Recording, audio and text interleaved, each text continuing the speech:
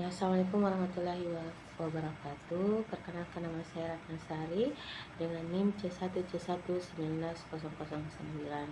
Ya, di sini saya akan menyimpulkan dari 5 materi. Yang pertama itu materi dari kelompok 1, yaitu yaitu bilangan. Ya, pengertian dari bilangan adalah suatu konsep matematika yang digunakan dalam pencacahan dan pengukuran. Ya, dalam bilangan ada pun macam-macam bilangan. Ya, seperti yang pertama bilangan bulat. Nah, bilangan yang terdiri dari bilangan positif, bilangan negatif, dan juga bilangan nol. Yang kedua itu bilangan caca. Bilangan caca gabungan bilangan dari nol dan bilangan asli. Contohnya itu 0, 1, 2, 3, 6, 4, 5, 6 dan seterusnya. Yang ketiga itu bilangan asli, bilangan yang terdiri dari positif dan negatif yang diawali dari bilangan caca. Ya, yang keempat itu bilangan bulat genap, bilangan bulat genap yang habis dibagi 2. Contohnya itu 2, min 2, min 4, min 2, 0, 2, 4 dan seterusnya. Bilangan bulat ganjil, yang kedua itu bilangan bulat ganjil, bilangan yang tidak habis dibagi 2. Ya, yang adapun operasi bilangan, ada beberapa operasi hitung pada bilangan, yaitu penjumlahan, pengurangan, perkalian, dan pembagian. Ya, selanjutnya ialah materi kedua, itu tentang pecahan.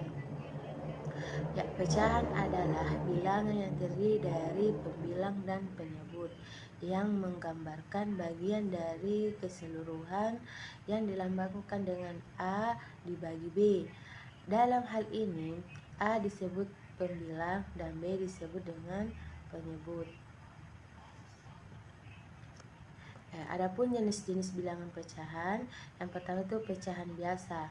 Ya, bilangan pecahan yang hanya terdiri dari pembilang dan penyebut dinamakan pecahan biasa. Yang kedua itu pecahan campuran.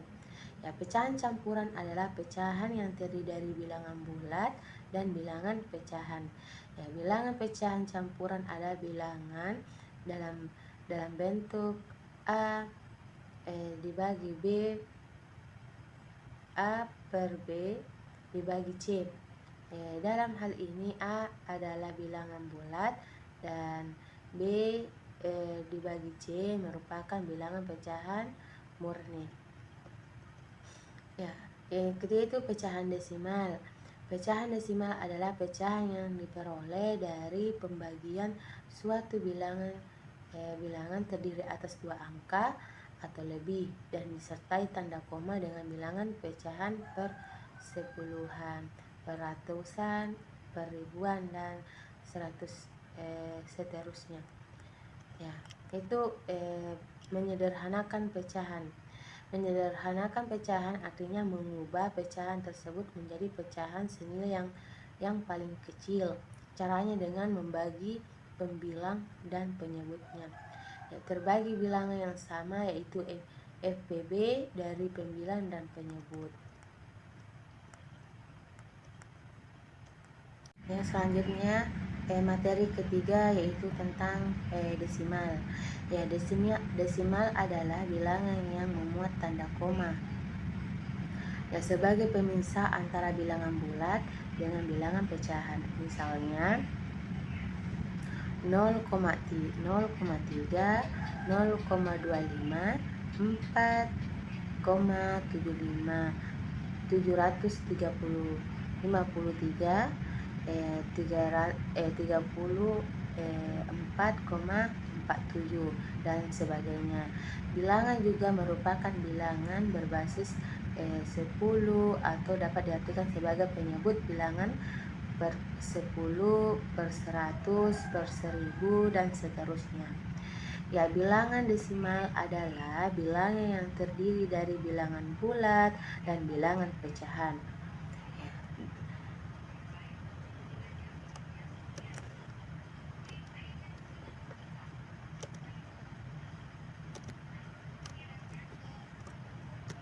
Ya, mengubah pecahan desimal menjadi pecahan biasa.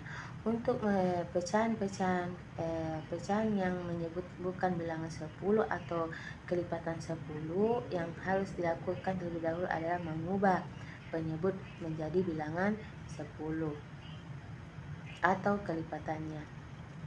Ya, penjumlahan dan pengurangan desimal.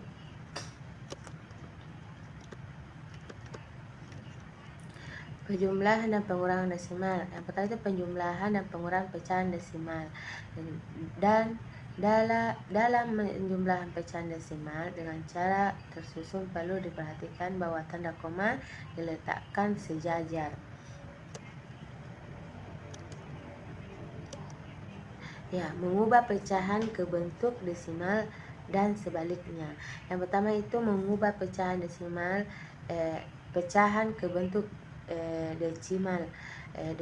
Untuk pengubahan pecahan biasanya menjadi bilangan desimal dapat dilakukan dengan cara untuk pecahan-pecahan yang menyebut bilangan 10 atau kelipatan 10 dapat diubah langsung di mana banyaknya angka desimal, yaitu angka di sebelah kanan koma atau titik yang diperoleh sama dengan banyaknya 0 pada penyebut.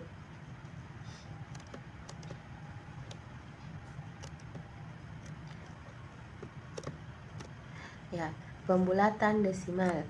Pembulatan desimal meliputi pembulatan kesatuan terdekat, pembulatan puluhan terdekat, pembulatan keratusan terdekat, dan selanjutnya. Pecahan desimal tak terbatas. Pecahan desimal tak terbatas adalah pecahan desimal dengan jumlah digit yang tak terbatas. Jelas bahwa kita tidak dapat menulis pecahan desimal tak sehingga secara penuh.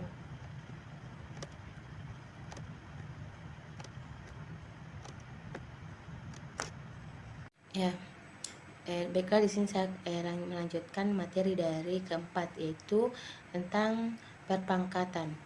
Ya, sifat perkalian bilangan perpangkatan merupakan salah satu cabang ilmu matematis yang dipelajari sejak kita duduk di bangku sekolah dasar dan merupakan bentuk kelanjutan dari operasi hitung yang terdiri dari penjumlahan, pengurangan, pembagian, dan perkalian.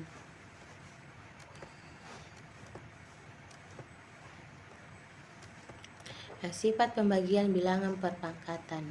Selain sifat perkalian bilangan perpangkatan, sifat pembagian bilangan perpangkatan juga perlu kita pelajari. Contohnya pembagian dengan 3 pangkat 2 dibagi 2 pangkat 2 sama dengan 2 pangkat 3 2 pangkat 3 kurang 2 sama dengan 2 pangkat 1, hasilnya ialah 2. Sifat perpangkatan bilangan perpangkat. Perpangkatan bilangan perpangkat memperjelas sifat A bilangan rasional dan N bilangan bulat positif, maka A pangkat M dan N sama dengan N kali A pangkat N kali M.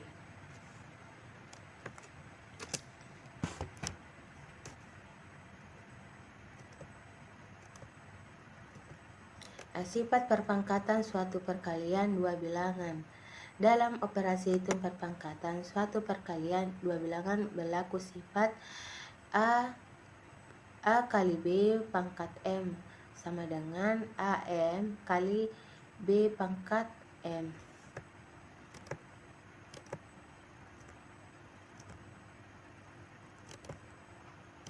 Ya, sifat perpangkatan suatu pembagian dua bilangan. Ya, dalam operasi hitung perpangkatan suatu pembagian dua bilangan berlaku sifat A dibagi B pangkat M sama dengan A pangkat M sama dengan B pangkat M.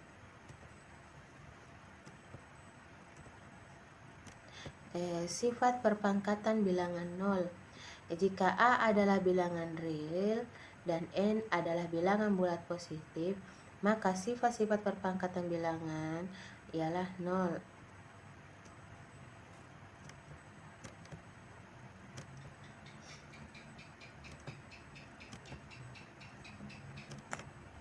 Itulah saja materi yang saya pahami dari kelompok 1 sampai kelompok 4. Kurang dan lebihnya saya minta maaf. Wabillahi taufiq wal hidayah. Wassalamualaikum warahmatullahi wabarakatuh.